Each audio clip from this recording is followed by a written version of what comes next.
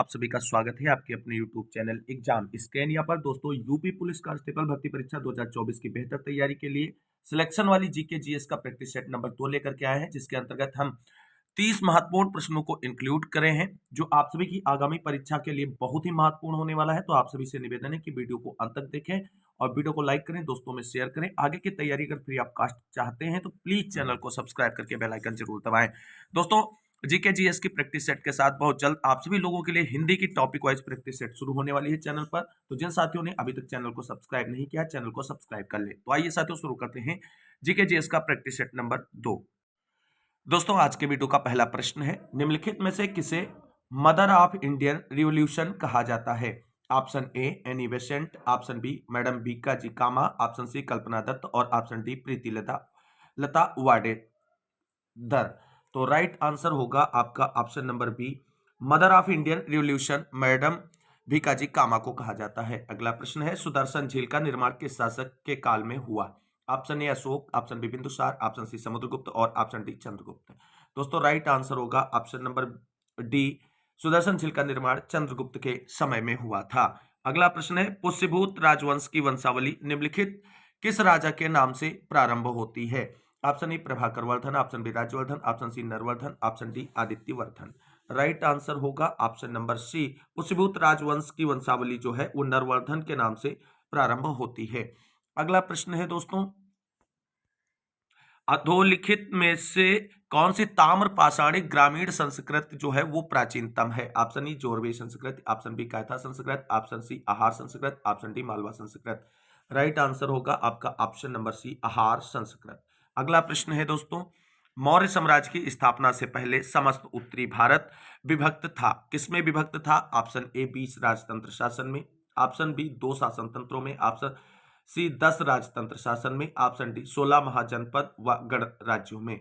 Right answer क्या होगा? Option number D, 16 महाजनपद एवं गण राज्यों में विभक्त था।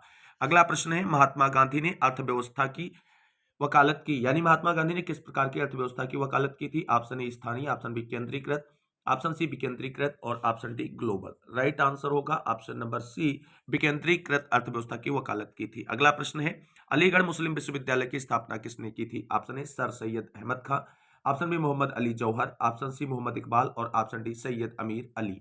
राइट आंसर होगा option number A, Aligarh Muslim विश्वविद्यालय की स्थापना सर सैयद अहमद खान ने की थी।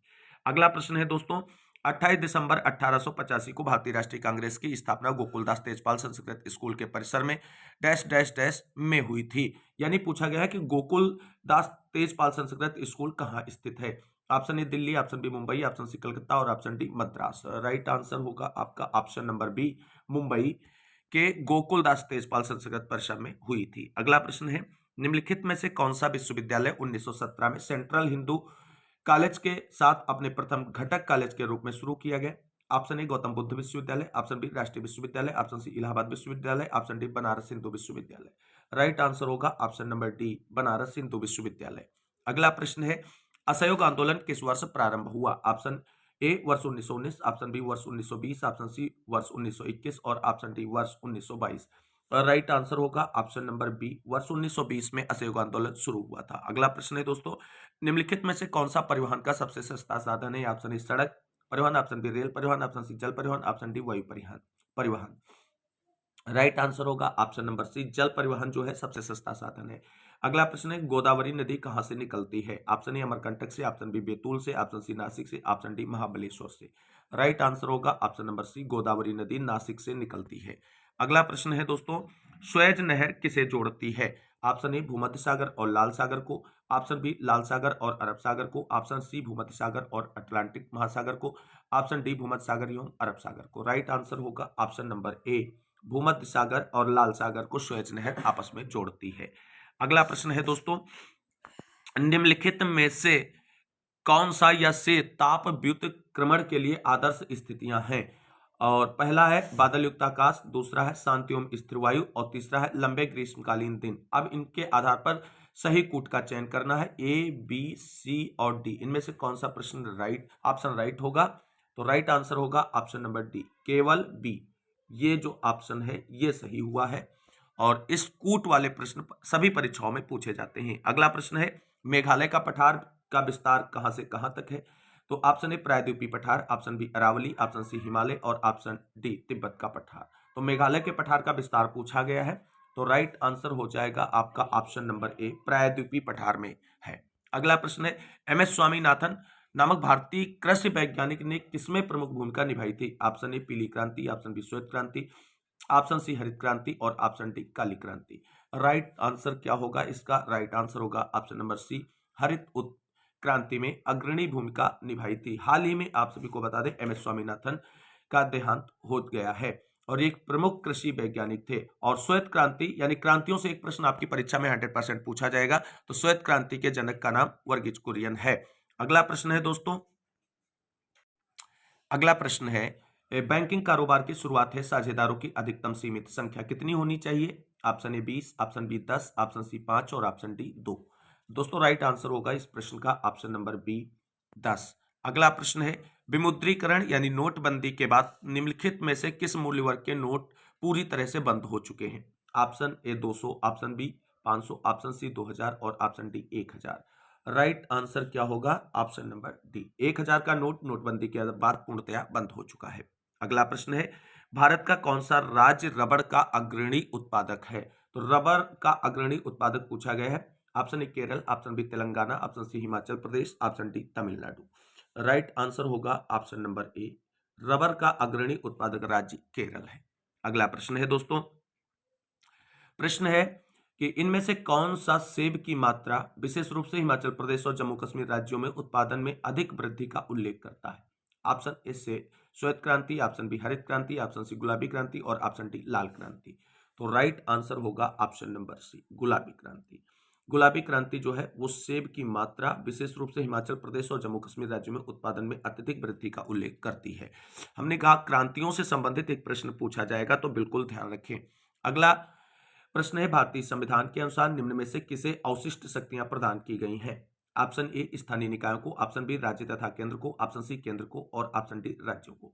राइट आंसर क्या होगा दोस्तों? इस प्रश्न का राइट आंसर होगा ऑप्शन नंबर सी, अवशिष्ट शक्तियां जो हैं वो केंद्र को प्रदान की गई हैं। अगला प्रश्न है, प्रधानमंत्री नरेंद्र मोदी G7 शिखर सम्मेलन में सम्मिलित होने के लिए वर्ष 2019 में किस देश की यात्रा पर गए थे? Option A Italy, option B France, option C Germany और ऑप्शन डी इंग्लैंड। दोस्तों राइट आंसर इस प्रश्न का होगा ऑप्शन नंबर बी फ्रांस। अगला प्रश्न है, भारत के सर्वोच्च न्यायालय में न्यायाधीशों की संख्या कितनी है? Option A 34, option B 33, option C 31, option D 30। Right answer इसका होगा ऑप्शन नंबर ए। सर्वोच्च न्यायालय में न्यायाधीशों की कुल संख्या जो है वो 34 है। इसका कॉन्सेप्ट इस तरीके से होता है 1+33, यानी एक मुख्य न्यायाधीश होता है और 33 अन्य न्यायाधीश होते हैं। तो इस तरीके से सर्वोच्च न्यायालय में न्यायाधीशों की कुल संख्या 33 + 1 यानी 34 है। अगला प्रश्न है, लुक ईस्ट पॉलिसी का एक्ट ईस्ट पॉलिसी में परिवर्तन कब हुआ? ऑप्शन ए दिसंबर 2015, ऑप्शन बी नवंबर 2015, ऑप्शन सी दिसंबर 2014, ऑप्शन डी नवंबर 2014। राइट आंसर होगा ऑप्शन नंबर डी, नवंबर 2014 में लुक ईस्ट पॉलिसी का एक्ट ईस्ट पॉलिसी में परिवर्तन किया गया। अगला प्रश्न है, उत्तर प्रदेश जमींदारी उन्मूलन और भूमि सुधार अधिनियम 1950 किसमें अंतर्निहित है? ऑप्शन ए 12वीं अनुसूची, ऑप्शन बी 11वीं अनुसूची, ऑप्शन सी 10वीं अनुसूची और ऑप्शन डी 9वीं अनुसूची। दोस्तों राइट आंसर होगा ऑप्शन नंबर डी 9वीं अनुसूची में अंतर्निहित है। अगला प्रश्न है, चेचक के विषाणु का नाम बताइए। ऑप्शन ए बैसिलस टाइफोसस और option B vibrio cholerae, option C Entamoeba histolytica और ऑप्शन डी बेरियोला वायरस। तो राइट आंसर क्या होगा इस प्रश्न का? राइट आंसर बनेगा ऑप्शन नंबर डी। अगला प्रश्न है दोस्तों, शेफर विधि का प्रयोग किया जाता है, कब किया जाता है? ऑप्शन ए टांग की हड्डी टूटने पर, ऑप्शन बी सामान्य मूर्छा यानी बेहोशी आने पर, ऑप्शन सी पसली की हड्डी टूटने पर और ऑप्शन डी रोगी के पानी में डूबने पर। तो राइट आंसर इस प्रश्न का बनेगा ऑप्शन नंबर डी, रोगी के पानी में डूबने पर शेफर विधि का प्रयोग किया जाता है। अगला प्रश्न है, समपोषणीय विकास की संकल्पना की व्याख्या सर्वप्रथम किसमें की गई? ऑप्शन ए है प्रथम पृथ्वी सम्मेलन रिपोर्ट में, option B Brundtland commission report में, ऑप्शन सी विश्व विकास रिपोर्ट में और ऑप्शन डी मानव विकास रिपोर्ट में। दोस्तों राइट आंसर इस प्रश्न का होगा option number B. Brundtland commission report में सर्वप्रथम संपोषणी विकास की संकल्पना की व्याख्या प्रस्तुत की गई थी। अगला प्रश्न है दोस्तों कि कॉम्पिटन शिफ्ट निम्नलिखित में से किस पर निर्भर करती है? ऑप्शन ए आपतित विकिरण पर, ऑप्शन बी प्रकीर्णन पदार्थ की प्रवृत्ति पर, और ऑप्शन सी प्रकीर्णन के कोण पर, और ऑप्शन डी आवृत्ति के आयाम पर। तो राइट आंसर इसका होगा ऑप्शन नंबर सी, प्रकीर्णन के कोण पर। आज के वीडियो का अंतिम प्रश्न है दोस्तों, निर्दिष्ट प्रवाहकत्व यानी संवाहकता की इकाई क्या होती है? Option A B C D में आप सभी लोग फटाफट कमेंट करें कि इस प्रश्न का राइट आंसर क्या होगा।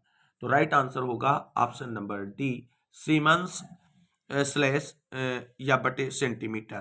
तो ये क्या है? निर्दिष्ट प्रवाहकत्व की इकाई है। तो दोस्तों ये था जीके जीएस का प्रैक्टिस सेट नंबर 2, जिसके अंतर्गत 30 महत्वपूर्ण प्रश्नों को इंक्लूड किया गया, जो आपकी आगामी परीक्षाओं की दृष्टि से बहुत ही उपयोगी है। उम्मीद करते हैं आप सभी को वीडियो अच्छा लगा होगा। अगर वीडियो अच्छा लगा है और आगे की तैयारी आप सभी फ्री ऑफ कॉस्ट जारी रखना चाहते हैं तो प्लीज चैनल को सब्सक्राइब करके बेल आइकन जरूर दबाएं आगे के लेटेस्ट अपडेट के लिए और आगे की अन्य सब्जेक्ट की तैयारी के लिए। जल्दी आप सभी लोगों के लिए हिंदी की टॉपिक वाइज प्रैक्टिस सेट आ रही है। आप सभी लोग बेहतर तैयारी के लिए जरूर जुड़े। इस वीडियो में बस इतना ही, मिलते हैं अगली वीडियो में, तब तक के लिए सभी साथियों को जय हिंद, जय भारत, वंदे मातरम।